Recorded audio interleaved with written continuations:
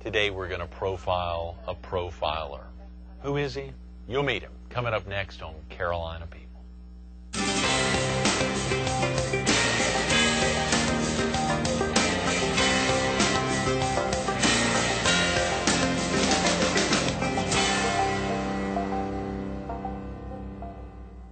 Good morning.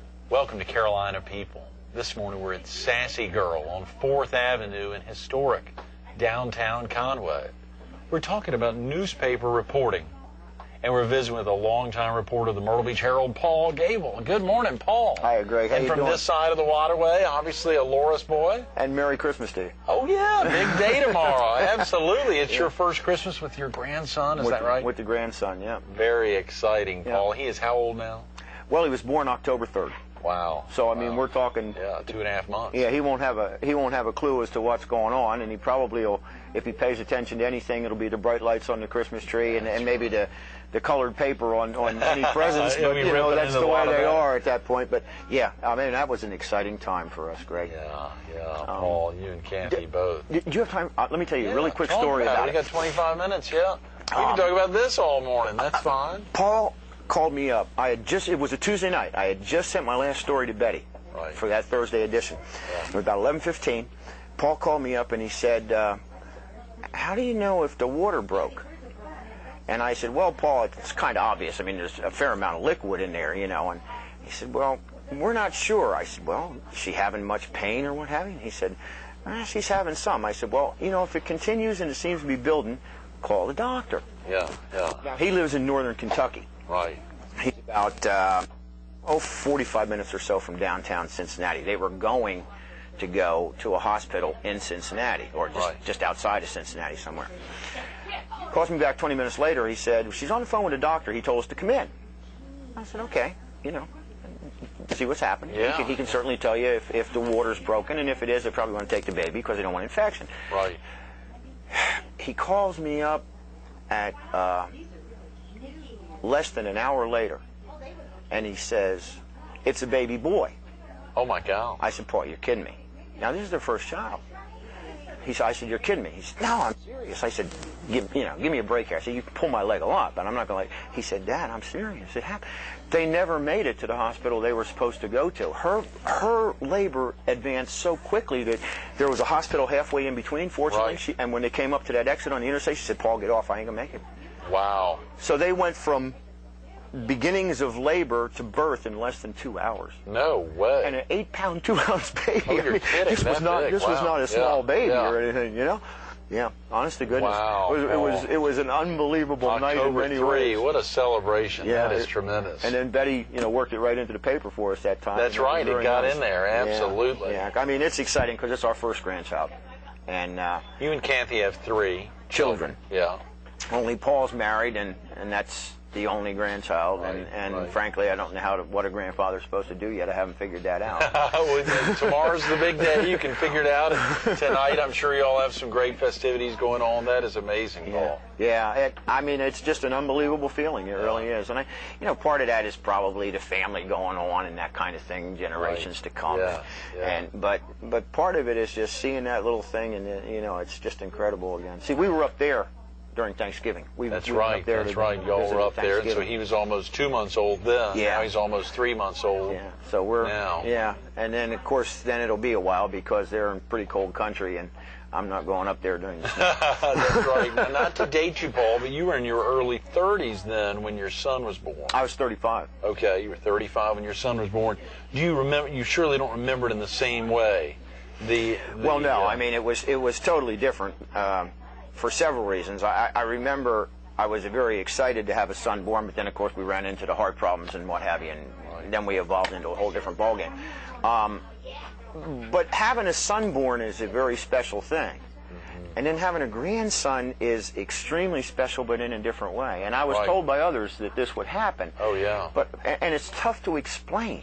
It's just tough to explain, but you know, I just told him that, I told Paul that, you know, he and I have had a very good relationship through the years, and that I hope that he and his son had just exactly the same kind of relationship, and that it went just as well, you know. Right, right. I'm sure a lot of viewers want to know, is this Paul the Third? Is he carrying that name? Did your daughter-in-law step in and say no more of that? Well, I think probably partially. I think Paul too. You see, Paul is Paul the Fourth.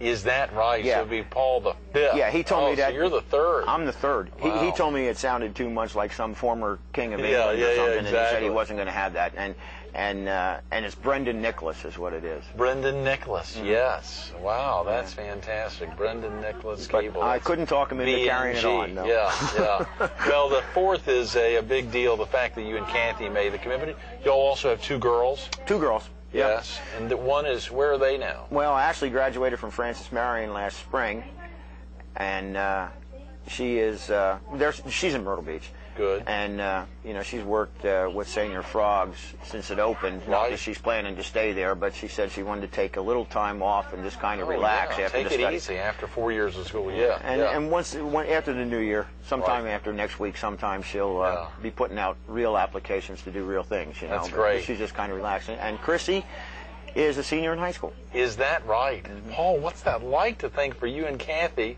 after almost 30 years of marriage, and to see that you'd have your third child actually leaving the house, or, you know, finishing high school? Is that a strange feeling? How y'all? Extremely. Yeah. Because I tell you, Greg, you notice it when each one leaves. Yeah. And you know, when Paul went away to college his freshman year, I told him, all things being equal, you'll never be a full-time member of the house again.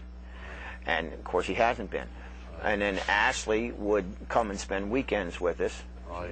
And one other thing I always did like to see happen, Paul, of course, went to Newberry, so it wasn't possible to commute. Right. Ashley went to Francis Marion, but I wanted her to live on campus because I wanted her to have that experience. Oh, yeah. You know, yeah, I think it's important you get out of the house and you're not tied. So, I mean, she effectively left when she was a freshman in high school. We were down to Chrissy. Now, you know, here we are with Chris graduating in June, and it's different. You know, I mean, just thinking about it, we talk about it all the time. Right. You know, after Paul left, and then with Ashley essentially gone, although she'll come home and visit several times a week, it's, you know, still not the same. With once Chris decides to go, and she told me that, you know, she's definitely going to go out on her own because she wants to. Right. And we look and say, what are we going to do here? You know, right. I mean, because you kind of rediscover each other. Yeah. You know, the early years of marriage when you're alone, and we had just about two of them before Paul was born, of course, and time before that. Mm-hmm. You know, that's one thing, and you're young, and you do. And we lived in Boston, so we used to run around to games and the Pops, sure. and you know, the 4th of July stuff at in the Charles and all that business.